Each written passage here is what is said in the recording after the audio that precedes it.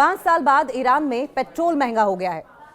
सवाल यह है कि क्या फिर से ईरान में खून खराबे वाले प्रदर्शन होने वाले हैं या फिर सिचुएशन को मैनेज कर लिया जाएगा।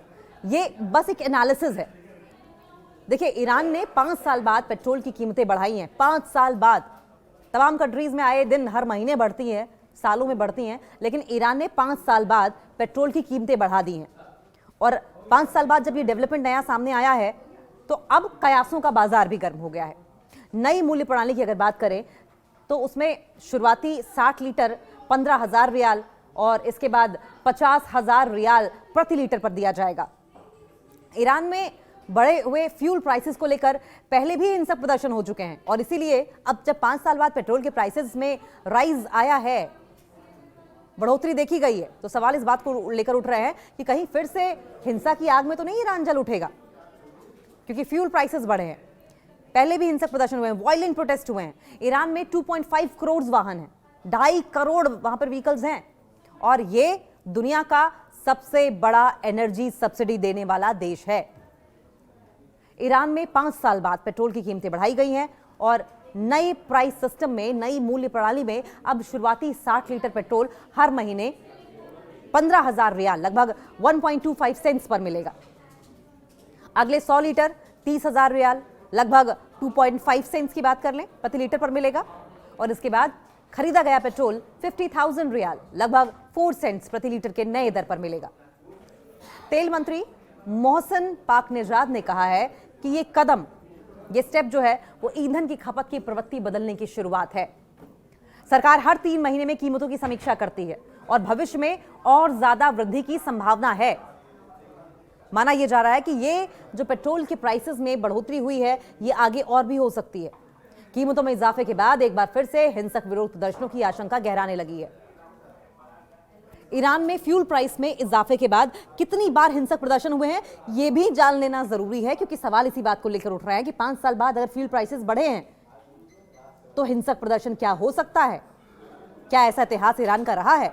1964 का जिक्र करेंगे। पेट्रोल की बढ़ी कीमतों पर प्रदर्शन लगातार हो रहे हैं। ईरान में सस्ता पेट्रोल पीढ़ियों से जनता का अधिकार मानी जाती रही है। एनर्जी के लिहाज से अगर देखा जाए तो ईरान सबसे ज्यादा सब्सिडी देने वाला देश है और ऐसे में सस्ता पेट्रोल पीढ़ियों से, जनरेशन से आवाम का राइट मानी जाती है कि कम से कम पेट्रोल और एनर्जी के जो तमाम मीडियम हैं वो वहां की जनता को सब्सिडाइज्ड मिले, सस्ते रेटों पर मिले। 1964 में गैसोलीन की कीमत बढ़ने पर प्रदर्शन हुए थे। 1964 में तब ईरान के शासक मोहम्मद रजा पहलवी को हड़ताल कर रहे टैक्सी चालकों की जगह सड़कों पर सैन्य वाहन उतारने पड़े। पेट्रोल की कीमत बढ़ने पर बड़े पैमाने पर प्रदर्शन हुए। फिर से सुनिए, ये 1964 की बात है।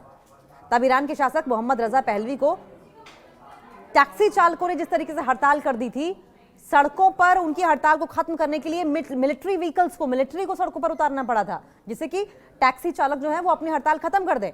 पेट्रोल कीमत बढ़ने पर बड़े पैमाने पर उस समय प्रदर्शन हुए थे 1964 में। और उसके बाद फिर 2007 का दौर आया जब फ्यूल राशनिंग सिस्टम लागू हुआ। ईरान में पहली बार फ्यूल राशनिंग सिस्टम लागू किया गया था। उस वक्त आगजनी और हिंसा हुई थी जब ये फ्यूल राशनिंग सिस्टम लागू किया गया। फ्यूल राशनिंग सिस्टम वो सिस्टम है, वो व्यवस्था थी जिसमें सरकार हर शख्स को, हर व्यक्ति या वाहन को सीमित मात्रा में सस्ता या फिर सब्सिडी वाला ईंधन देता है। यानी कि लिमिट तय कर दी गई कि इससे ज्यादा सस्ता या सब्सिडी वाला ईंधन आपको नहीं दिया जाएगा। इसके ऊपर आप लेंगे तो आपको ज्यादा कीमत देनी होगी। तय सीमा से ज्यादा ईंधन लेने पर ज्यादा कीमत चुकानी पड़ती थी। 1964, फिर 2007 और उसके बाद फिर आया 2019 जब पेट्रोल या ईंधन के प्राइसेस को लेकर हिंसा देखने को मिली ईरान में। 2019 में पेट्रोल महंगा हुआ, हिंसक विरोध बढ़ गया। सरकार ने पेट्रोल की कीमतों को अचानक 50% तक बढ़ा दिया। 50% और 50% फ्यूल प्राइसेस बढ़ने के बाद ईरानी जनता का गुस्सा फूट पड़ा। ईरान के कई शहरों जैसे कि तेहरान, मशहद, अहवाज और सिरजान में विरोध प्रदर्शन हुए, जमकर प्रोटेस्ट हुए, जिसमें 300 से ज्यादा लोग मारे गए। सुरक्षा बलों ने 100 से ज्यादा शहरों और कस्बों में प्रदर्शनकारियों पर कार्रवाई की। कुछ गैस स्टेशन और बैंक जला दिए गए। हालांकि कुछ लोगों का मानना है कि प्रदर्शन करने से कोई बदलाव नहीं आएगा। पहले भी लोग सड़कों पर आए थे, लेकिन शाम तक थक कर निराश होकर घर वापस लौट गए थे और अब की बार भी ऐसा ही होगा, ऐसा माना जा रहा है। क्योंकि ईरान में 2.5 करोड़ वाहन हैं।